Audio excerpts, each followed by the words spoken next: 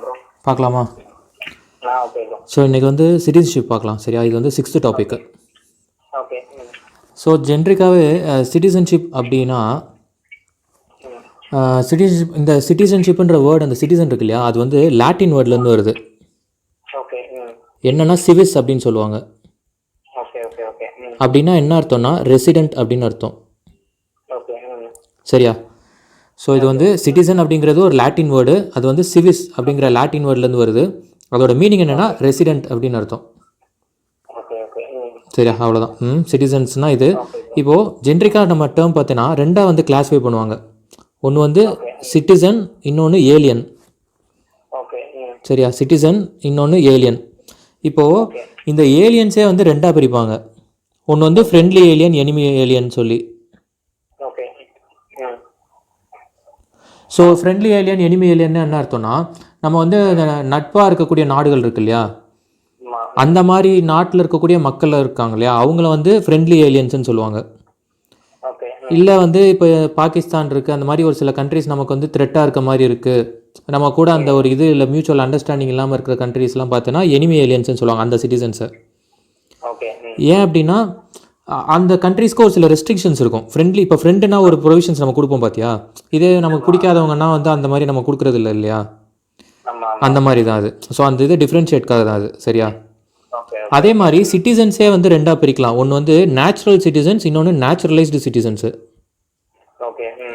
சரியா? நேச்சுரலைஸ்டு. நேச்சுரல்னா என்னென்னா பை என்ன சொல்கிறது, ஃபஸ்ட்லேருந்தே நம்ம அப்படியே இங்கேயே இருக்கிறது. இங்கேயே இப்போ நம்ம பிறந்தவொடனே நமக்கு சர்டிஃபிகேட்லாம் வந்து இங்கேயே இருக்கும் இல்லையா, அதான் நேச்சுரலாக வந்துடுது நமக்கு. நேச்சுரலைஸ்டுனா பை ஏதோ ஒரு மீன்ஸ் ஆஃப் இதில் இங்கே வர்றது வந்து இங்கே இந்தியன் சிட்டிசன்ஷிப் அக்வயர் பண்ணிக்கிறது, அதான் நேச்சுரலைஸ்டு.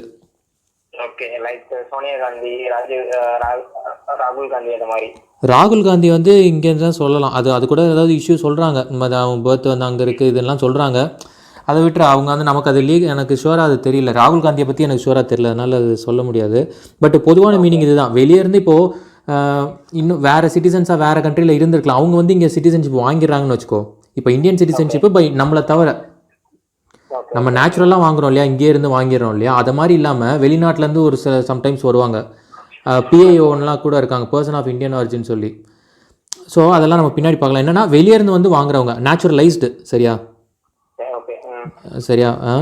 ஸோ இப்போது ஸோ எனிமி ஏலியன்ஸ்ன்னு பார்த்தாச்சு, எனிமி இது சிட்டிசன்ஸை பொறுத்த வரைக்கும் பார்த்தாச்சு. இப்போ என்னென்னா நேச்சுரலைஸ்டு. சரியா? இப்போது இந்த கான்ஸ்டியூஷனில் வந்து நம்ம கான்ஸ்டியூஷனில் ஃபஸ்ட்டே வந்து என்ன சொல்லிடுறாங்க அப்படின்னா, பார்ட் 2ல் சிட்டிசன்ஷிப்கான ப்ரொவிஷன்ஸ் வந்து கொடுத்துட்றாங்க. ஸோ 5 to 11 வந்து அந்த சிட்டிசன்ஷிப்கான இது. பட் ஆனால் கம்ப்ளீட்டாக அதில் வந்து ஒன்றும் கிளியராக சொல்லிடல. அதில் சொல்லியிருப்பாங்க கமென்ஸ்மெண்ட் ஆனோடனே Jan 26, 1950 கமென்ஸ்மெண்ட் ஆனதுலேருந்து இருந்துக்கலாம் அப்படின்னு சொல்லி ஒரு சில ப்ரொவிஷன்ஸ் அந்த 6, 7, 8 எல்லாமே பார்த்தீங்கன்னா ஒரு சில ப்ரொவிஷன்ஸ் கொடுத்துருப்பாங்க. பட் டீட்டெயில்டு ப்ரொவிஷன்ஸ் எதுவுமே இருக்காது அதில். அதுக்கப்புறம் தான் என்ன ஆயிடுது, அதுலேயுமே சொல்லிடுறாங்க, கான்ஸ்டியூஷன்லையுமே அதிலே சொல்லிடுறாங்க என்ன அப்படின்னா, பார்லிமெண்ட்டை வந்து பவர் கொடுத்துட்றாங்க, நீங்கள் வந்து இந்த சிட்டிசன்ஷிப்க்கு ரிலேட்டடாக நீங்கள் என்ன பண்ணுமோ அது பண்ணிக்கோங்க பின்னாடி அப்படின்னு சொல்லி. அதனால் வந்து கான்ஸ்டியூஷனில் ரொம்ப கிளியர் கட்டாக இந்த சிட்டிசன்ஷிப்கான இதை வந்து ரொம்ப மென்ஷன் பண்ணலை. அதனால் என்ன பண்ணிடுறாங்க, பார்லிமெண்ட்டுக்கு ஆத்தரைஸ் கொடுத்துட்றாங்க, நீங்கள் வந்து இது பின்னாடி ஃப்ரேம் பண்ணிக்கோங்கன்ட்டு. சரியா? இப்போது அந்த பார்ட் 2 ஆர்டிகல் 5 to 11 இது என்னன்னு லாஸ்ட்டாக பார்க்கலாம். இப்போது இந்த 15, 16, 19, 20, 30 இருக்கு இல்லையா, இதுவுமே என்னென்னா ஃபண்டமெண்டல் ரைட்ஸ். இது ஆர்டிக்கலில் இருக்கக்கூடிய கான்ஸ்டியூஷனில் இருக்கக்கூடிய ஆர்டிகல்ஸ் இதெல்லாம். சரியா? ஸோ இப்போ இது எல்லாமே பார்த்தோன்னா ஃபண்டமெண்டல் ரைட்ஸ் கேட்டகரியில் வருது. நம்ம சிட்டிசன்ஷிப் பார்த்தோம் இல்லையா 5 to 11, அதை மாதிரி இது 15, அதாவது 12லேருந்தே ஸ்டார்ட் ஆயிரும். 12லேருந்து 34 வரைக்கும் இருக்கும் ஃபண்டமெண்டல் ரைட்ஸ். அது வந்து பார்ட் 3ல் வரும், அதை நெக்ஸ்ட்டு படிக்கலாம். இப்போ அதில் இருக்கக்கூடிய இந்த 15, 16, 19, 20, 29, 30 இதெல்லாமே பார்த்தோன்னா சிட்டிசன்ஸ்க்கு மட்டும்தான் கேரண்டீடு. அதாவது இப்போ ஃபாரினர் ஒருத்தவங்க வராங்க, அதாவது ஏலியன்லாம் யாரும் ஃபாரினர், அவங்க ஃபாரினர் வந்து ஒரு டூரிஸ்ட் வராங்கன்னு வச்சுக்கேன். இப்போ அவங்கெல்லாம் இந்த கேட்டகரி இந்த ஆர்டிகல்ஸுக்கு கீழே அவங்க எதுவுமே வந்து அப்ரோச் பண்ண முடியாது. உதாரணத்துக்கு இந்த 19 என்னன்னு பார்த்தோன்னா, இது வந்து ஃப்ரீடம் ஆஃப் ஸ்பீச்சு. இது வந்து 19லேயே மொத்தம் 6 சப் கிளாஸஸ் இருக்குது. 2, 3, 4, 5, 6 சப் கிளாஸஸ்ஸு. இதில் வந்து என்னென்னா freedom of speech, assemble anywhere peacefully without arms, அப்புறம் union association of cooperative society, அப்புறம் டூ இந்தியா, அதாவது எங்கே வேணாலும் போய் செட்டில் ஆகலாம், வேலை பார்க்கலாம், அது மாதிரி எந்த ப்ரொஃபஷன்ஸ் வேணாலும் ப்ராக்டிஸ் பண்ணலாம், அந்த மாதிரிலாம் இருக்கும். ஸோ இப்போ இது உதாரணத்துக்கு இந்த 19 வந்து யாருக்குன்னா இந்தியன் சிட்டிசன்ஸ் மட்டும் தான் இப்போ இது வந்து ஃபாரினர்ஸ்க்கு கிடையாது அப்படிங்கிறாங்க. ஸோ அந்த மாதிரி இந்த 29 பார்த்தீங்கன்னா cultural rights, 29 and 30 cultural educational rights. So இப்போ இந்த மாதிரி இந்த ஆர்டிகல்ஸ் இருக்குல்ல, இந்த நம்பர் இது மட்டும் ஷுவராக இதை நல்லா படிச்சுக்கணும். 15, 16, 19, 29, 30 கேரண்டீட் ஒன்லி ஃபார் சிட்டிசன்ஸ் தான். இது வந்து ஏலியன்ஸ்க்கு கிடையாது. ஆனால் மற்ற இதெல்லாம் இருக்கா அப்படின்னா மற்றது அவங்களுக்கும் ப்ரொடெக்ஷன் இருக்குது. சரியா? இப்போ உதாரணத்துக்கு இப்போ 25 பார்த்தீங்கன்னு வச்சுக்கேன், 28 வரைக்கும் பார்த்தீங்கன்னா ரிலீஜன் சம்மந்தப்பட்டதாக இருக்கும். ஸோ இப்போ அவங்க வராங்க, நீ இதை தான் பண்ணணும் வைக்கணும்னு சொல்லி அவங்கள நம்ம நிர்பந்தம் பண்ண முடியாது. அவங்க ஈஸியாக அவங்க வந்து அப்ரோச் பண்ணலாம், வயலேஷன் ஆஃப் இதுன்னு சொல்லி கோர்ட் அப்ரோச் பண்ணலாம். ஸோ இப்போ இது ஓகேவா, இது புரியுதா? இப்போது இந்த அக்யூசிஷன் அண்ட் டெர்மினேஷன் இதெல்லாம் வந்து எங்கே டீட்டெயிலாக சொல்கிறாங்கன்னா 1955 ஆக்டில் தான் வந்து சொல்கிறாங்க, சிட்டிசன்ஷிப் ஆக்டில். 1955 சிட்டிசன்ஷிப் ஆக்ட் அது அந்த. ஸோ இப்போது அந்த ஆக்ட் வந்து எப்போல்லாம் அமெண்ட் பண்ணாங்கன்னு கூட கேட்பாங்க. அந்த அமெண்ட்மெண்ட்டையும் பார்த்துக்கணும். இதில் 2019 லேஸ்ட் ஆயிருக்கு. சரி, அதையும் ஆட் பண்ணிக்கணும். 15 and 19. ஸோ 86, 92, 2003, 5, 15. இதில் என்னது அமெண்ட்மெண்ட் பண்ணியிருக்காங்க? ஆமாம், பில்லை அமெண்ட் பண்ணியிருக்காங்க.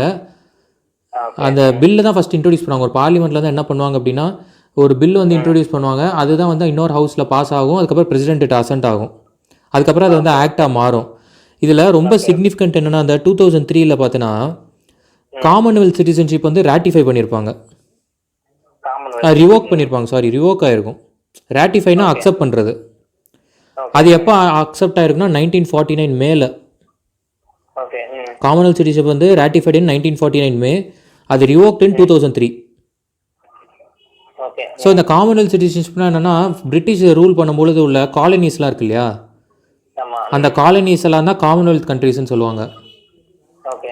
இப்போ கூட காமன்வெல்த் கேம்ஸ்லாம் நடக்குது இல்லையா, அது எல்லாமே பிரிட்டிஷ் ரூல் பண்ண. ஒரே நிமிஷம். கண்ட்ரி. ஓகே.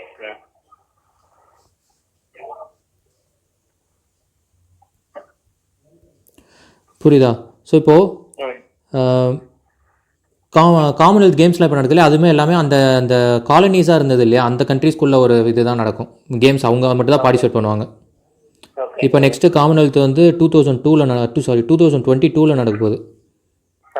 சரியா? இப்போ இந்த டைம் எங்கே சொல்லியிருக்காங்கன்னா யூகேல தான் நடக்க போகுது. இதுக்கு முன்னாடி 18 நடந்தது, அதான் 5 years ஒன்ஸ் அது மாதிரி. சாரி, 4 years ஒன்ஸ் நடக்கும். சரியா? எவ்ரி 4 years ஒன்ஸ் நடந்துகிட்டே இருக்கும். ஸோ இப்போ இதுதான் வந்து இந்த இது. இப்போது இதில் வந்து நம்ம எந்தெந்த ப்ரொவிஷன்ஸ்லாம் கொடுக்குறாங்க, அக்செப்ட் ஆகுது அப்படிங்கிறதெல்லாம் நம்ம பார்க்கலாம். இப்போது அதில் ஃபஸ்ட்டு வந்து என்னென்னா பர்த்து. ஸோ பர்த்துன்றது என்ன, அதை நம்ம இப்போ இருக்கிறது தான். நம்ம இப்போ பிறந்தோன்னே இங்கே இந்தியா லேண்டில் வந்து பிறக்கிறோம் அப்படின்னா, நம்ம இதில் பிறந்தோன்னா நம்ம கொடுத்துட்றாங்க சிட்டிசன்ஷிப்பு. இதை தான் ஃபஸ்ட்டு என்ன சொன்னாங்க அப்படின்னா, இந்த கமென்ஸ்மெண்ட் ஆஃப் த கான்ஸ்டியூஷன் எப்போ Jan 26, 1950, அதுலேருந்து 87 வரைக்கும் பார்த்தீங்கன்னா பிறந்துட்டோம், ஒரு குழந்தைங்க பிறக்குதுனாலே கொடுத்துருவாங்க, வாங்கிக்கலாம். ஆனால் அடுத்து அமெண்ட் பண்ணுறாங்க 87க்கு அப்புறம், எய்தர் ஆஃப் த பேரண்ட் இங்கே சிட்டிசன் ஆஃப் இந்தியாவாக இருக்கணும் அப்படிங்கிறாங்க. சரியா? முன்னாடி வந்து இப்போ 19 அந்த இந்தியா லேண்ட்ல இந்தியன் டெரிட்டரியில எங்க இந்தியன் சிட்டிசன் வாங்கிக்கலாம். ஆமாம், வாங்கிக்கலாம். பை பர்த் பிறந்துருச்சுனாலே, குழந்தை பிறந்துருச்சுனாலே வாங்கிக்கலாம். ஆனால் 87க்கு அப்புறம் என்ன சொல்கிறாங்க, அந்த குழந்தை பிறக்குது இல்லையா, அப்போ அவங்களோட பேரண்ட்ஸோட எய்தர், அதாவது இப்போ ஒன்றும் மதர் இல்லை ஃபாதர், யாராவது ஒருத்தராவது இந்தியன் சிட்டிசன்ஷிப்பாக இருக்கணும், சிட்டிசனாக இருக்கணுங்கிறாங்க. அதுக்கப்புறம் 2004 இன்னொரு அமெண்ட்மெண்ட் பண்ணுறாங்க. இப்போ ஆஃப்டர் 2004 என்ன சொல்கிறாங்கன்னா, போத் பேரண்ட்ஸ் ஷுட் பி சிட்டிசன்ஸ்ன்னு சொல்லிட்டாங்க. புரியுதா? இது வந்து ஒரு குழந்தை பிறக்குதுன்னா என்னன்றது. இப்போ அடுத்து டிசென்ட். அப்படி வராது. அதுக்கெல்லாம் அவங்களுக்கு வந்து இப்போ ஃபாரினர், இப்போ இந்தியன் சிட்டிசன் ஒருத்தர் இருக்காங்க, இன்னொரு ஃபாரினரை மேரேஜ் பண்ணுறாங்கன்னு வச்சுக்கோ, அவங்களுக்குலாம் அடுத்து ப்ரொசீஜர் இருக்குது கீழே, அதில் பண்ணிக்கணும். அதாவது ரிஜிஸ்ட்ரேஷன் ப்ராசஸில் கூட பண்ணலாம். சரியா? நம்ம இது வந்து கம்ப்ளீட்லி ஃபார் இது தான், நம்ம இங்கே பிறக்கிற குழந்தைகள் ரிலேட்டட் தான். இப்போ மேரேஜ் ஆகி வரவங்க அவங்களாம் தனி இப்போ ப்ரொசீஜர் வச்சு அப்ளை பண்ணணும். இப்போ ரெஜிஸ்ட்ரேஷன் நேச்சுரலைசேஷன்லாம் அதுக்கு தான் இருக்குது. Okay okay. சரியா? இப்போ வந்து என்ன பார்த்துட்டோம், நம்ம லேண்டில் பிறக்கக்கூடிய குழந்தைகள் தான் பார்த்துருக்கோம். சரியா? ஓகே. இப்போது இதே நம்ம இந்தியன் சிட்டிசனாக இருக்கக்கூடிய பேரண்ட்ஸ் இருப்பாங்க இல்லையா, ஆமா. இப்போ அவங்களோட குழந்தை ஃபாரினில் பிறக்குதுன்னு வச்சுக்கோ, ஓகே. அதுதான் வந்து பை டிசன்ட் அவுட் சைடு இந்தியாவில் பிறக்குது. born outside India. ஓகே. இது வந்து நம்ம அக்கிரி மாதிரி. ஆமாம், அகில் மாதிரி. ஸோ வெளியே பிறக்குது. அப்போ என்ன பண்ணிடணும், இப்போ யுகோ என்ன சொல்கிறாங்கன்னா 1950 92 வரைக்கும் ஓகே. ஃபாதர் வந்து சிட்டிசனாக இருக்கணும் அப்படிங்கிறாங்க. Okay okay. சரியா? ஃபாதர் சிட்டிசனாக இருக்கணும். அடுத்து என்ன ஆகுது, 92 2004 வரைக்கும் எப்படி இருந்திருக்கு அப்படின்னா எய்தர் ஆஃப் ஹிஸ் பேரண்ட் இருந்தால் போதும்னு சொல்லிட்டாங்க. ஒன்று ஃபாதராக இருக்கலாம் இல்லை மதராக இருக்கலாம்னு சொல்லிட்டாங்க. ஆனால் இப்போ 2004க்கு அப்புறம் என்ன சொல்லிட்டாங்க அப்படின்னா என்னவா இருந்தாலும் இருக்கட்டும், ஆனால் வந்து அவங்க வந்து அந்த எம்பசியில் போயிட்டு ரிஜிஸ்டர் பண்ணிடணும். அங்கே போய் அங்கே வந்து அவங்க வந்து இதெல்லாம் வச்சுருப்பாங்க பாலிசி, அவங்க அந்த இதை வந்து பார்த்து அக்செப்ட் பண்ணிப்பாங்க. ஸோ இப்போ என்ன பண்ணிடுன்னா பிறந்துருச்சு, ஆமாம் இப்படி கொடுங்க அப்படிலாம் டேரெக்டாக போய் கவுன்சிலேட்டில் இப்போ அந்த கவுன்சில் இருக்குல்ல, அங்கே ஃபாரினில் எம்பசிஸ்லாம் இருக்குல்ல, அந்த இதில் வந்து போய் ரிஜிஸ்டர் பண்ணிடணும். போயிட்டு இப்படி இருக்குது, இந்த மாதிரி எங்களுக்கு குழந்தை பார்த்தா சொல்லி அவங்க ரிஜிஸ்டர் பண்ணிடுவாங்க. அவங்க ப்ரொசீஜர்ஸ்லாம் ஃபாலோ பண்ணிப்பாங்க. ஓகேவா? ஸோ இது வந்து இப்போ இருக்க பை டீசென்ட், அதாவது இங்கே இருக்கிற குழந்தை ஃபாரினில் பிறகுது, இந்தியன் சிட்டிசன்ஸ்க்கு. சரியா? பேரண்ட்ஸ்க்கு. இப்போ அடுத்து ரிஜிஸ்ட்ரேஷன் வந்து இந்தியன் ஆரிஜின். அவங்களுக்கு வந்து 7 இயர்ஸ். சரியா? ரிஜிஸ்ட்ரேஷன் மேக் பண்ணுறது, அதாவது போய் நான் ஃபார்ம் சப்மிட் பண்ணுறதுக்கு முன்னாடி நான் 7 இயர்ஸ் இங்கே இந்தியாவில் தங்கியிருக்கணும். இது வந்து பிஐஓன்னு கூட சொல்லுவாங்க, பர்சன் ஆஃப் இந்தியன் ஆரிஜின் சொல்லி. இதில் நிறையா கிளாஸஸ் இருக்குது, அதாவது கண்டிஷன்ஸ் இருக்குது. இந்த கிளாஸில் இருந்தால் நீங்கள் இதில் இந்த கேட்டகரியில் அப்ளை பண்ணிக்கோங்க, இந்த இதெல்லாம் இருந்தால் இதில் அப்ளை பண்ணிக்கோங்கன்னு சொல்லி நிறையா இது இருக்குது, கண்டிஷன்ஸ் இருக்குது. சரியா? அந்த என்ன கண்டிஷன்ஸுங்கிறதெல்லாம் வந்து இப்போ பார்க்க வேணாம், ரொம்ப கன்ஃபியூஷனாக இருக்கும் நமக்கு வந்து. அதே மாதிரி ப்ரிலிம்ஸ் பெர்ஸ்பெக்ட்லேயும் ரொம்ப அந்தளவுக்கு டெப்த்தாகவும் போக மாட்டாங்க. நம்ம வந்து மெயின்ஸுக்குன்னு இப்போ தனியாக இதை முடிச்சுட்டு மெயின்ஸ் படிக்கும்போது அந்த நோட்ஸில் டீட்டெயில்டாக படிக்கலாம். பட் ஜென்ரேக்காக தெரிஞ்சுக்க வேண்டியது என்னென்னா, ரிஜிஸ்ட்ரேஷன்னா ஃபார் இந்தியன் ஆரிஜின் இருக்கவங்களுக்கு ரிஜிஸ்ட்ரேஷன் ப்ராசஸ் அவங்களுக்கு 7 இயர்ஸ். இதுதான், இவ்வளோதான், இதுக்கு மேலே பெருசாக கேட்க மாட்டாங்க. இதே நேச்சுரலைசேஷன் ப்ராசஸ்னா ஃபாரினர்ஸ்க்கு இது வந்து கம்ப்ளீட்லி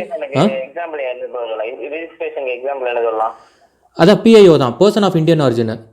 பர்சன் ஆஃப் இந்தியன் ஆரிஜின்னா என்ன அர்த்தம்னா, இப்போ வந்து நம்ம ஆன்செஸ்டர்ஸ் இப்போ வந்து ஃபாரினில் இருப்பாங்க இல்லையா, இங்கேருந்து போகிறாங்க வெளி கண்ட்ரிக்கு, அங்கேயே வந்து சிட்டிசன்ஷிப் வாங்கிடுறாங்க. பட் அவங்க வந்து இந்தியாவில் இருந்தவங்க சிட்டிசன் தான். இப்போ அந்த சிட்டிசன்ஷிப் வாங்கிடுறாங்க. இப்போ அவங்க அடுத்து பசங்களாம் இருக்காங்களே, அவங்க வந்து அப்ளை பண்ணலாம். இந்தியாவில் வந்து தங்குறேன்னு சொல்லி விருப்பப்படுறவங்க இருக்காங்க இல்லையா, அப்படிலாம் வரவங்களா இருந்தால் இந்த கேட்டகரியில் வந்து அப்ளை பண்ணிக்கலாம். Person of Indian origin. இப்போது நேச்சுரலைசேஷனுங்கிறது வந்து கம்ப்ளீட்டாகவே ஃபாரினர், அவங்களுக்கு வந்து எந்த சம்மந்தமுமே இருக்காது, இந்தியாவுக்கும் அதுக்கும் சம்மந்தமே இருக்காது. ஆனால் தனிப்பட்ட முறையில் வந்து நான் வந்து இந்தியாவில் இருக்கணும், நான் இந்தியன் சிட்டிசனாக இருக்கணும் விருப்பப்படுவாங்க பார்த்தியா, அவங்களுக்காக கொடுக்குறது தான் வந்து நேச்சுரலைசேஷன். ஸோ இது வந்து எந்த ஒரு கனெக்ஷனுமே இருக்காது டு இந்தியா. அவங்க வந்து தனிப்பட்ட முறையில் அவங்களே வந்து நான் இந்தியாவில் தங்கணும்னு விருப்பப்படுறவங்க இந்த கேட்டகரியில் வருவாங்க. ஸோ இது வந்து கம்ப்ளீட்லி ஃபாரினர்ஸ் இந்த கேட்டகரியாக வச்சுக்கோ. அது வந்து ஃபார் இந்தியன் ஆரிஜின் ரிஜிஸ்ட்ரேஷனு. நேச்சுரலைசேஷன் வந்து ஃபார் கம்ப்ளீட்லி ஃபாரினர்ஸ் தான். ஸோ இது வந்து 12 months. இப்போ உதாரணத்துக்கு பார்த்தோன்னா ரொம்ப எமினன்ட் பர்சனாலிட்டியாக இருப்பாங்க, சயின்ஸாக இருக்கட்டும் இல்லை வந்து சம் ஃபீல்டுலலாம் எமினன்ட் பர்சனாலிட்டிஸ் இருப்பாங்க. ஸோ அந்த மாதிரி இது வந்து ஒரு எக்ஸாம்பிள் தான். அந்த கேட்டகரியில் இருக்கவங்க வந்து இப்போ இந்தியாவில் தங்கணும், இங்கே இருந்துக்கிறேன்னு சொல்லி டிசைட் பண்ணும்போது அவங்கள வந்து அந்த பர்சன் வந்து தங்கிப்பாங்க. அதான் ஃபாரினர்ஸாக இருக்கணும், அதுக்கு நிறையா ரெக்குயர்மெண்ட்ஸ் இருக்குது, அதெல்லாம் ஃபுல்ஃபில் பண்ணணும் அவங்களும். புரியுதா? ஏன்னா இதெல்லாம் ரொம்ப க்ரூஷியலான விஷயம். ஃபாரினர் டேரெக்டாக வந்து இந்தியன் சிட்டிசன்ஷிப் வாங்கிட்டு இங்கே இருக்கிற இதெல்லாம் பண்ணக்கூடாது இல்லையா. ஸோ அதனால் வந்து அந்த மாதிரி இருக்குது. சரியா? 12 months இருக்கணும், அதாவது அப்ளை பண்ணியிருக்கணும். அப்ளை பண்ணுறதுக்கு முன்னாடி 12 months இங்கே இருக்கணும். அதுலேயும் நிறையா ஸ்க்ரூட்டினிலாம் இருக்கும். உடனே 12 months தானே இருக்குன்னு கொடுத்துட மாட்டாங்க, ஸ்க்ரூட்டினிஸ் நிறையா இருக்கும். பட் இந்த பேசிக் க்ரைட்டீரியா வந்து அப்ளை ஃபார் அந்த அப்ளிகேஷன் அப்ளை பண்ணுறதுக்கான எலிஜிபிலிட்டி தான் இது. ஸோ அங்கே 7 years இருக்கே, இங்கே 12 monthsனா அப்போ அங்கே அதிக ஸ்க்ரூட்டினி அப்படி கிடையாது. ஸ்க்ரூட்டினி வந்து வேரி ஆகும், பட் அது அப்ளை பண்ணுறதுக்கான எலிஜிபிலிட்டி தான் இது. சரியா? இப்போது இது இன்னொரு ப்ரிவிலேஜ் பார்த்தோன்னு வச்சுக்க, இந்த நேச்சுரலைஸ் இதில் வராங்க இல்லையா, இப்படி வந்தால் கூட அவங்க வந்து நம்ம பிரசிடென்ட்ஷிப்க்கு வந்து அவங்க கண்டெஸ்ட் பண்ணலாம். ஆமாம், நம்ம இதில் இப்போ இந்தியன் இருக்காங்க இல்லையா, இந்தியாவில் இருக்கிறவங்க தான் இருக்கணும் அப்படின்றதில்ல. அதே மாதிரி இந்த மாதிரி வந்தவங்க கூட இதில் வந்து அப்ளை பண்ணலாம். இது ஒரு ப்ரொவிஷன் வந்து ஃபார் பிரசிடென்ட் இதுக்கு மட்டும் அப்ளை பண்ணலாம். இப்போ அந்த இன்கார்பரேஷன் ஆஃப் டெரிட்டரின்னு இருக்குல்ல, ஆமா. அது என்ன அர்த்தம் அப்படின்னா, இப்போ வந்து ஒரு டெரிட்டரியை இப்போ உதாரணத்துக்கு வந்து இப்போ ஸ்ரீலங்கா வந்து நம்ம கூட சேர்ந்துட்டாங்கன்னு வச்சுக்கோ. இப்போ பார்ட் ஆஃப் இந்தியா வந்துருச்சுன்னா இப்போ அவங்களுக்கு அந்த சிட்டிசன்ஷிப் கொடுக்குறது. அந்த ஸ்ரீலங்கன்ஸே வந்து இந்தியன் சிட்டிசன்ஸ்னு சொல்லி இது பண்ணுறது தான் வந்து அந்த incorporation of territory. Okay okay. அப்படி தான் பாண்டிச்சேரி நம்ம படிக்கும்போது போன டாப்பிக்கில் படித்தோம் இல்லையா, பாண்டிச்சேரி அப்போ 62ன்னு சொல்லி படித்தோம்ல. ஆமா ஆமா. அப்போ வந்து என்ன பண்ணிட்டாங்க, ஃப்ரெஞ்சு கிட்ட இருந்து நம்மக்கிட்ட கொடுத்துட்டாங்க. சரி ஓகே நம்மக்கிட்டே கம்ப்ளீட்டாக எடுத்துக்கோங்கன்னு சொல்லிட்டாங்க. ஸோ அப்போ வந்து தான் இந்த சிட்டிசன்ஷிப் பாண்டிச்சேரி ஆர்டர் சொல்லி 1962ல் வந்தது. Okay okay. புரியுதா? ஓகே ப்ரோ, புரியுது. அப்போ நம்ம இண்டிபெண்டன்ட் ஆன அப்புறமும் கூட மீன்ஸ் ஆமாம் அங்கங்கே இருந்தது. கரெக்டு. இங்கே கோவாவில் அப்புறம் 12 வருஷம் வந்து அவனுக்கு ஃப்ரெண்ட்ஸ் அங்க இருந்திருக்காங்க. ஃப்ரெஞ்சு இதுவும் இருந்துட்டு இருந்தது. ஆமாம் அங்கங்கே சின்ன சின்ன இதில் அப்படியே ரொம்ப இல்லை, ரொம்ப கிடையாது, சின்ன சின்ன இடத்துல இருப்பா. அட்மினிஸ்ட்ரேஷன்லாம் இந்தியா பண்ணிட்டு இருக்கோம். சின்ன சின்ன அங்கங்கே இருப்பாங்க. அதுக்கப்புறம் என்ன ஆயிடுச்சு, கம்ப்ளீட்டாகவே அவங்க வந்து இது பண்ணிட்டு போயிருப்பாங்க. சரி ஓகே வேணாம் அப்படி சொல்லிட்டு. Okay okay okay okay. So இப்போ வந்து லாஸ்ன்னு பார்த்தோம். இப்போ வந்து அக்வயர் பண்ணுறதுக்கு தானே பார்த்தோம். ஆமா. இப்போ அடுத்து வந்து லாஸ்ன்னு பார்த்தோன்னு வச்சுக்க, ரெனவுன்சியேஷன்னா எனக்கு வேண்டான்னு சொல்லி எழுதி கொடுத்துட்டு போயிடுறது. Okay okay. நான் இந்தியன் சிட்டிசனாக இருக்க விரும்பலை அப்படின்னு சொல்லி எழுதி கொடுத்துட்டு போயிடுவாங்க ரெனவுன்ஸ் பண்ணிவிட்டு. ஓகே. டெர்மினேஷன்னா நான் வந்து இப்போ ஃபாரின் போகிறேன், வேறு ஏதாவது அப்ராடு போய் வேறு கண்ட்ரியில் இருக்கேன், நான் அங்கே வந்து அந்த கண்ட்ரியோட சிட்டிசன்ஷிப்பை நான் வாங்கிட்டேன்னு வச்சுக்கோ, இங்கே வந்து ஆட்டோமேட்டிக்காக டெர்மினேட் ஆயிரும். Okay okay. If I acquire foreign citizenship இங்கே வந்து ஆட்டோமேட்டிக்கலி கெட் டெர்மினேட்டட். இப்போ டீப்ரிவேஷனுங்கிறது என்னென்னா, சென்ட்ரல் கவர்மெண்ட் வந்து ஃபோர்ஸ்ஃபுல்லி அவங்களே வந்து இது பண்ணிடுறது, வெளியே அனுப்பிடுறது சிட்டிசன்ஷிப்பை கேன்சல் பண்ணி. இப்போ ஏதாவது ஃப்ராடுலண்ட் கேசஸில் ஏதாவது அவங்க வந்து இப்போ ஃபோர்ஜரி பண்ணியிருக்காங்கன்னு வச்சுக்க, இந்த சிட்டிசன்ஷிப் அக்வயர் பண்ணுறதுக்கு கூட ஏதாவது ஃபோர்ஜரி பண்ணி சர்டிஃபிகேட் டாக்குமெண்ட்ஸ்லாம் ப்ரொவைட் பண்ணி அப்புறம் வாங்கியிருப்பாங்கன்னு வச்சுக்கோ, அதுக்கப்புறம் தெரிஞ்சிருச்சு அப்படின்னா இது பண்ணுவாங்க ஃபோர்ஸ்ஃபுல்லி. அதாவது இவங்க சென்ட்ரல் கவர்மெண்ட் டைரெக்டாக வந்து அவங்கள வந்து அந்த கேட்டகரியில் அவங்கள வந்து சிட்டிசன்ஷிப்பை ரிவோக் பண்ணலாம். இதே வந்து இன்னும் வந்து அவங்க வந்து த்ரெட்டாக இருக்காங்கன்னு வச்சுக்கேன், அகெயின்ஸ்ட் தி இந்தியன் இன்ட்ரெஸ்ட், அந்த நேஷனல் இன்ட்ரெஸ்ட்க்கு அகெயின்ஸ்டாக வந்து ஏதாவது பண்ணுறாங்க அப்படின்னா, கான்ஸ்டியூஷன் ரெஸ்பெக்ட் பண்ணாமல் அகெயின்ஸ்ட் பண்ணுறாங்க அப்படின்னா, அந்த மாதிரி சில க்ரைட்டீரியாஸ் இருக்குது. அப்படின்னா வந்து இந்த டீப்ரிவேஷன் கேட்டகரியில் வந்து என்ன பண்ணிடலாம், சென்ட்ரல் கவர்மெண்ட்டுக்கு ஆத்தரைசேஷன் இருக்குது வந்து சிட்டிசன்ஷிப்பை ரிவோக் பண்ணுறதுக்கு. சரியா? ஸோ இதெல்லாம் வந்து என்னென்ன அந்த எக்ஸாக்டாக என்னென்ன கேட்டகரிஸ்லாம் இதுக்குள்ளே ஃபாலோ ஆகுது அப்படிங்கிறதெல்லாம் நம்ம அப்புறம் படிச்சுக்கலாம். ஆனால் அந்த லெவலுக்கு ரொம்பலாம் கேட்க மாட்டாங்க ப்ரிலிம்ஸை பொறுத்த வரைக்கும். மெயின்ஸில் வந்து எழுத வேண்டிய தேவைப்படும், பட் ப்ரிலிம்ஸ்க்கு அவ்வளோ தேவையில்லை. சரியா? இதில் வந்து டேட்ஸ் இதெல்லாம் ரொம்ப அப்புறம் பார்க்குற மாதிரி இருக்கும். அதாவது இந்த டைம் பீரியடுக்குள்ளே இருக்கவங்களுக்குலாம் இதெல்லாம் இப்படின்னு சொல்லி நிறையா ப்ரொவிஷன்ஸ் இருக்கும். அது கொஞ்சம் கன்ஃபியூஷனாக இருக்கும். அதனால் இப்போதைக்கு ரொம்ப இது பண்ணிக்கணும், பேசிக்காக படிச்சுக்க. அதுக்கப்புறம் நம்ம திரும்பி வந்து படிக்கும்போது கொஞ்சம் டீட்டெயிலாக படிக்கலாம். அதுக்கப்புறம் மெயின்ஸ் டாப்பிக்னு படிக்கும்போது நம்ம கொஞ்சம் டீட்டெயிலாக படிப்போம் திரும்பி. சரி, ஸோ இப்போ வந்து அக்வயர் பண்ணியாச்சு, ரிவோக் பண்ணது எப்படின்றத பார்த்தாச்சு. இப்போ வந்து கான்ஸ்டியூஷனில் ப்ரொவைட் பண்ணியிருக்கக்கூடிய என்னென்ன ஆர்டிகல்ஸ்லாம் என்னென்ன இருக்குன்னு சொல்லி அதை பார்ப்போம். இப்போது அதில் வந்து ஆர்டிகல் 5 வந்து என்ன சொல்லலாம்னா, கமென்ஸ்மெண்ட் ஆஃப் த கான்ஸ்டியூஷன் என்ன Jan 26, 1950. ஸோ இவ்வளோதான். ஆர்டிகல் 5 வந்து என்ன சொல்லுதுன்னா, இந்த கமென்ஸ்மெண்ட் இதுக்கப்புறம் இருக்கவங்க எல்லாருக்குமே வந்து சிட்டிசன்ஷிப் கொடுத்துறாங்கன்னு சொல்லி சொல்லுது. ஆர்டிகல் 6 வந்து என்னென்னா, கமென்ஸ்னா என்ன, ஒரு இதுலேருந்து தொடக்கம்னு சொல்கிறோம் இல்லையா, Jan 26, 1950 அதுக்கப்புறம் இருக்கவங்க எல்லாருக்குமே வந்து சிட்டிசன்ஷிப் கொடுத்துருவாங்க, இந்தியாவில் பிறக்கிற எல்லாத்துக்கும். சரி, அந்த கமென்ஸ்மெண்ட் கான்ஸ்டியூஷன் இப்போ Jan 26 தானே அது நடைமுறைக்கு வருது. அந்த Jan 26, 1950 அதுக்கப்புறம் வர்றதுன்றதுல தான் ஸ்டார்ட் ஆகுமே.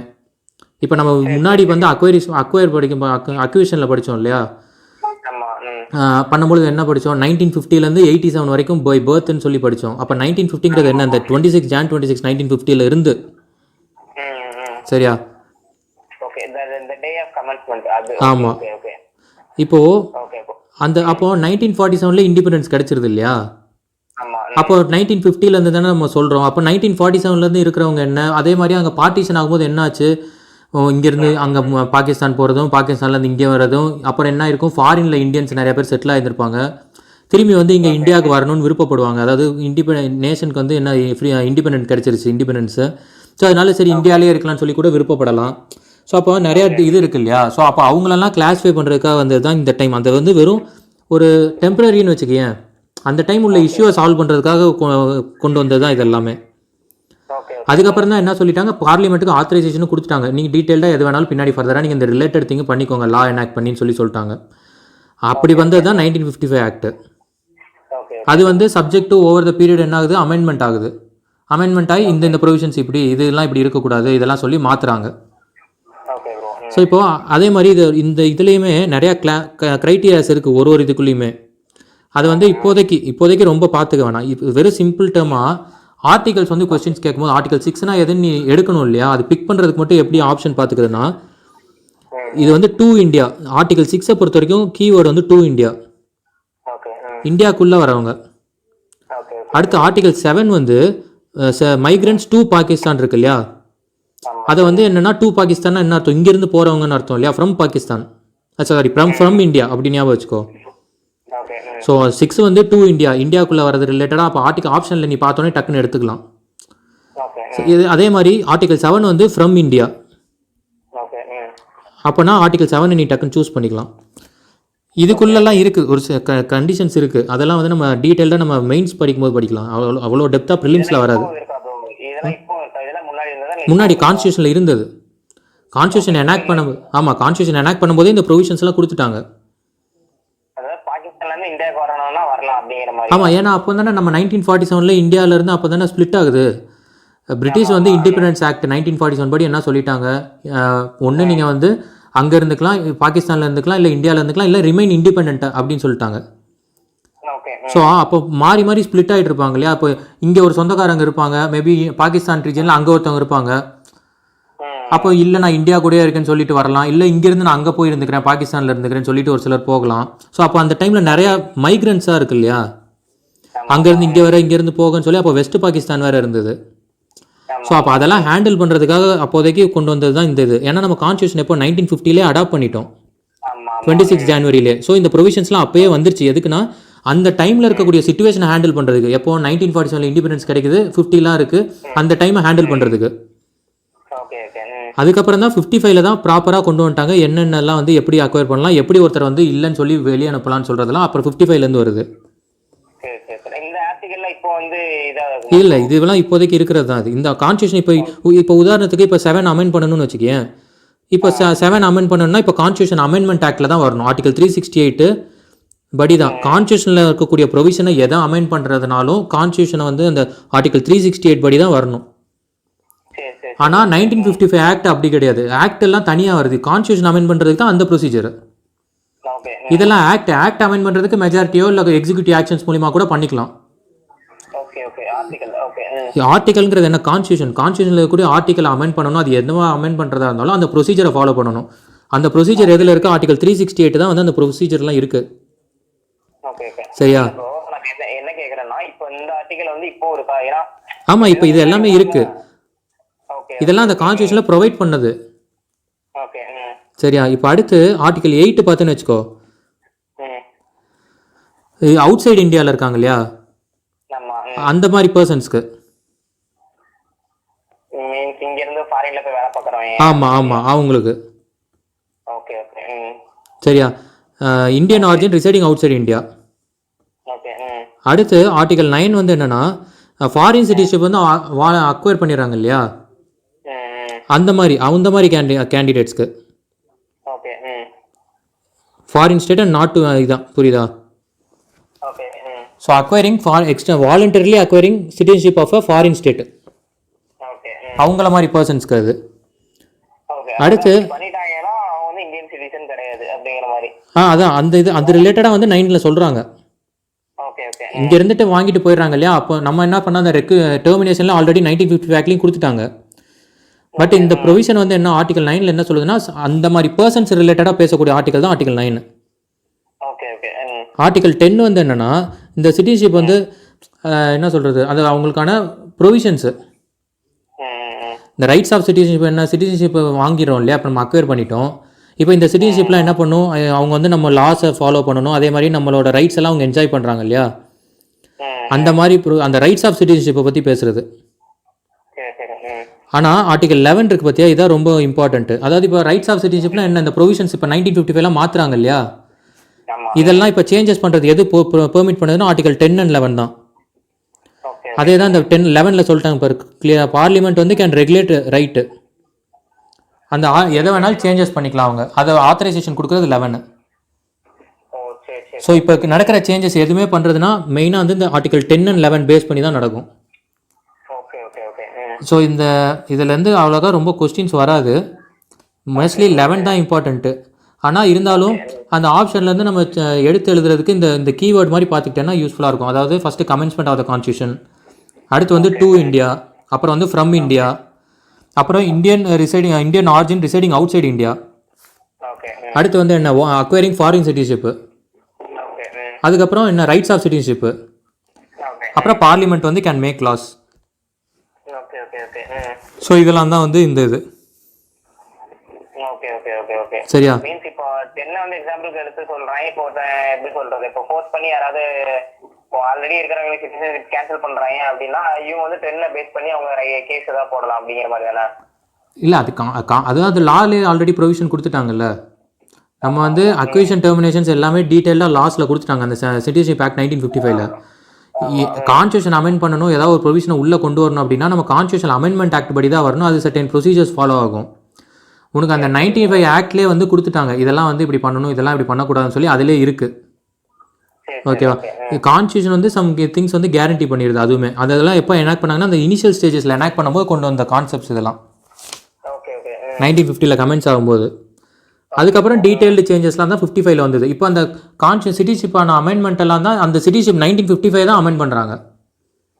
அமெண்ட்மெண்ட் பண்ணி சேஞ்சஸ் பண்ணிக்கிறாங்க. இப்போது இதில் வந்து இப்போ வந்து பார்த்தோன்னா சிட்டிசன்ஷிப் அப்படிங்கிறோம்ல. சிட்டிசன்னா என்னென்னா அவங்க வந்து மெயினாக வந்து என்னென்னா அந்த கண்ட்ரியோட ரைட்ஸை வந்து என்ஜாய் பண்ணுறாங்க, அதே மாதிரி லாஸை வந்து ஒபே பண்ணுறாங்க. இதுதான் வந்து சிட்டிசன்ஸை.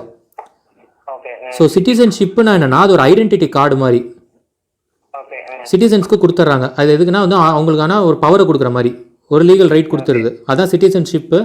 சிட்டிசன்ஸ்னால் ஜென்ரிக் மீனிங் அதான், they can enjoy the rights, அதே மாதிரி மஸ்ட் ஒபே லாஸ். இப்போது நேஷ்னாலிட்டி அப்படின்னு ஒன்று இருக்குது. நேஷ்னாலிட்டி அப்படின்னா என்னென்னா அந்த நேஷ்னாலிட்டிங்கிறது சேஞ்ச் ஆகாது. உதாரணத்துக்கு எப்படின்னா நான் வந்து இப்போ இந்தியன், இப்போ நான் வந்து ஃபாரினில் போயிட்டு நான் என்ன பண்ணுறேன், யூஎஸில் போய் நான் செட்டில் ஆகி அங்கே நான் சிட்டிசன்ஷிப் வாங்கிறேன்னு வச்சுக்கோ.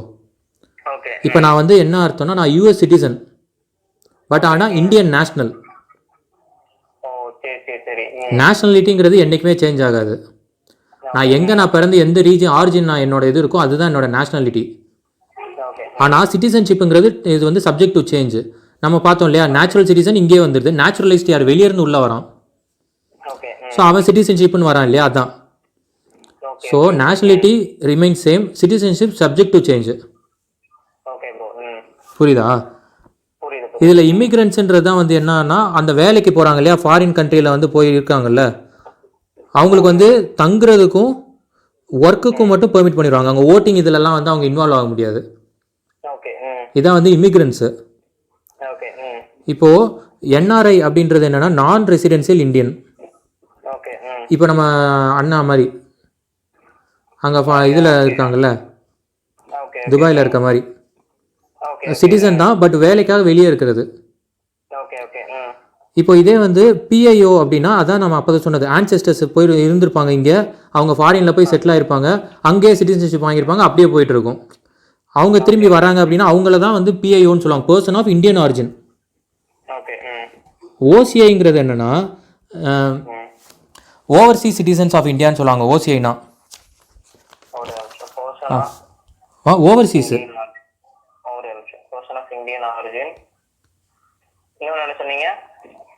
BIO person of Indian origin. OCI overseas citizen of India.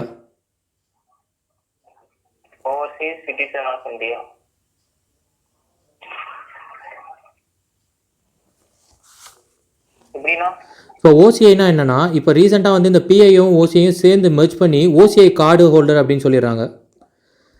என்னன்னா இப்போ ஓசிஐனா எப்படின்னா, இப்போ வந்து ஒரு இமிக்ரெண்ட் ஸ்டேட்டஸாக நமக்கு கொடுத்த ஒரு வெளியுள்ள பர்சனுக்கு ஒரு இமிக்ரெண்ட் ஸ்டேட்டஸ் கொடுத்து இங்கே இந்தியாவில் இருப்பாங்க. அவங்க என்ன பண்ணுவாங்க, ஓட்டிங்லாம் பண்ண முடியாது. நம்ம எப்படி ஒரு இமிக்ரெண்ட் பார்த்தோம், அதை மாதிரி அந்த இமிக்ரெண்ட் தான். இமிக்ரெண்ட்டாக என்னென்னா ஃபாரின் சிட்டிசன்ஸ்க்கு வந்து இமிக்ரெண்ட்டாக வந்து இங்கே வந்து ஒர்க் பண்ணிக்கலாம், ஸ்டே பண்ணிக்கலாம். மற்றபடி வந்து இது ஓட்டிங்லலாம் அவங்க வந்து ஈடுபட முடியாது. ஸோ அவங்க தான் வந்து ஓசிஐன்னு சொல்லுவாங்க. இப்போது எல்எம் சிங்வி அப்படின்னு இது ரிலேட்டட் அந்த சிட்டிசன்ஷிப் ரிலேட்டடாக ஒரு கமிட்டிஸ் போட்டாங்க. அது வந்து என்னென்னா வந்து எல்எம் சிங்வி கமிட்டி. ஓகே. அது வந்து 2002 போட்டிருப்பாங்க. எதுக்குன்னா இந்த அப்ராடில் இருக்கக்கூடிய இந்தியன்ஸை பற்றி ஸ்டடி பண்ணுறதுக்கு. ஓகே. ஸோ அவங்களோட ரெக்கமெண்டேஷன் படி தான் வந்து அடுத்து பிரவேசிய பாரதி திவாஸ்ன்னு சொல்லி அடுத்து செலிப்ரேட் பண்ணுறாங்க. ஓகே. பிரவேசிய பாரதி திவாஸ்ன்ட்டு. இந்த பிரவேசி பாரதி திவாஸ்ன்றது டேட் எதை எடுத்துக்கிறாங்கன்னா, காந்திஜி இருக்கார் இல்லையா, அவர் வந்து சவுத் ஆப்பிரிக்காவிலேருந்து இந்தியாவுக்கு அந்த டேட் எடுத்துக்கிறாங்க. ஜான்வரி 9. ஜான் 9 தானே, 14 ஜான் 9 சரி அது பார்க்கலாம் நம்ம. பட் ஜான் மந்த் தான் அது ஷூராக இருக்கும். பட் ஜான் 9 14 தெரியல. ஸோ பிரவேசி பாரதி திவாஸுங்கிறது வந்து இதுதான். இந்த இந்த சிட்டிசன்ஷிப் ரிலேட்டட் திங்ஸ்லாம் இருக்கு இல்லையா, இதெல்லாம் யாரோட கண்ட்ரோலில் இருக்குன்னா ஹோம் மினிஸ்ட்ரியில்.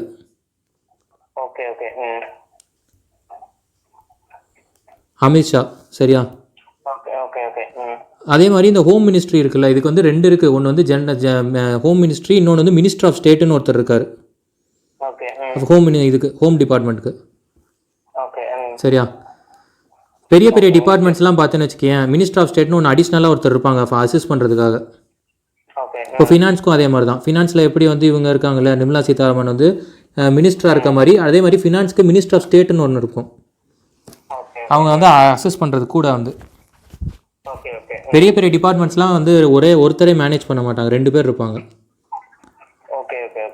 ஓகேவா? ஸோ சிட்டிசன்ஷிப் ரிலேட்டடாக ஒரே கமிட்டி தான். அது வந்து இம்பார்ட்டன்ட் கமிட்டி வந்து இந்த எல்எம் சிங்வி கமிட்டி, அவ்வளோதான். சம்டைம்ஸ் கொஸ்டின் வந்து ஆப்ஷனில் கூட இந்த சிட்டிசன்ஷிப் ரிலேட்டடாக எந்த கமிட்டி வந்து இது பண்ணிச்சு அப்படின்னு சொல்லி 4 ஆப்ஷன் கொடுத்தா கூட இந்த எல்எம் சிங்வி கமிட்டி வந்து எடுத்துக்கலாம். சரியா? அது வந்து 2002. 2002 இதாக இருக்கும். 2000 அப்பாயிண்ட் ஆயிருக்கும். 2002 வரைக்கும் நடந்திருக்கும். அந்த கமிட்டி வந்து 10 எடுத்து நடத்திருப்போம், இது பண்ணியிருப்பாங்க. சரியா? 2002. ஸோ அவ்வளோதான். சிட்டிசன்ஷிப் பொறுத்த வரைக்கும் இவ்வளோதான். இது போதும், ப்ரிலிம்ஸுக்கு வந்து இது போதும். நம்ம 2வது வந்து கரண்ட் அஃபேர்ஸ் பேஸ் பண்ணும்போது இன்னும் கொஞ்சம் டீட்டெயிலாக படிக்கலாம். இப்போ ரீசெண்டாக நிறையா இஷ்யூஸ் போச்சு இல்லையா அந்த இதில், அதெல்லாம் வந்து நம்ம அது படிக்கலாம். அதே மாதிரி நம்ம மெயின்ஸ் படிக்கும் பொழுது வந்து இன்னும் இந்த மெயின்ஸ்க்கு நம்ம நோட்ஸ் எடுத்தும் போது நம்ம அந்த கம்ப்ளீட்டாக இதில் படிச்சிடலாம். அது ஒரு இதுக்கு இப்போ நீ சொன்ன மாதிரி இந்த 6, 7லாம் இருக்குது பார்த்தியா, நம்ம கீவேர்டு மாதிரி தானே படித்தோம். அதில் வந்து எந்தெந்த கண்ட்ரீஸ்லாம் இருக்கலாம், அது என்னென்ன கண்டிஷன்ஸ் இருக்குது, அது மாதிரி ஒரு ஆர்டிக்கலும் என்னென்ன கண்டிஷன்ஸில் இருக்குன்னு பார்த்தலாம். அதே மாதிரி இந்த நேச்சுரலைசேஷன், ரிஜிஸ்ட்ரேஷனு, அதே மாதிரி டெர்மினேஷன், ரெனவுன்சியேஷன், இது எல்லாத்துக்குமே கண்டிஷன்ஸ் நிறையா இருக்குது. இந்த இதில் இருந்தால் இதெல்லாம் பண்ணலாம், இந்த இதெல்லாம் இருந்தால் அப்படி பண்ணலாம் அப்படி சொல்லி கொடுத்துருப்பாங்க. ஸோ அதெல்லாம் வந்து நமக்கு இப்போ தேவையில்லை. இப்போ இருக்கிறத வச்சு நீ படித்தனாலே ஆப்ஷன் இன்கேஸ் வந்து கொஞ்சம் அதெல்லாம் கொடுத்தா கூட உன்னால் ஈஸியாக வந்து எடுத்து எலிமினேட் பண்ணிட முடியும். அந்த மாதிரி தான் இருக்கும். சரி, சிட்டிசன்ஷிப்க்கு இது போதும். நம்ம வந்து நெக்ஸ்ட் வந்து மெயின்ஸுக்கு ப்ரிப்பேர் பண்ணும்போது நம்ம திரும்பி வந்து அதை எடுத்து நம்ம ஃபுல் நோட்ஸை படிச்சிடலாம். ஓகேவா? ஸோ சிட்டிசன்ஷிப் ஃபுல்லாக பார்த்துரு. இவ்வளோ தான் இது இப்போதைக்கு இது போதும். அடுத்து வந்து நாளைக்கு வந்து part 3 article 12 to 34 fundamental rights. ரொம்ப இம்பார்ட்டண்ட் ஒரு கொஸ்டின் கண்டிப்பாக அதில் இருக்கும். ஸோ அது வந்து நம்ம நாளைக்கு பார்க்கலாம். ஓகே.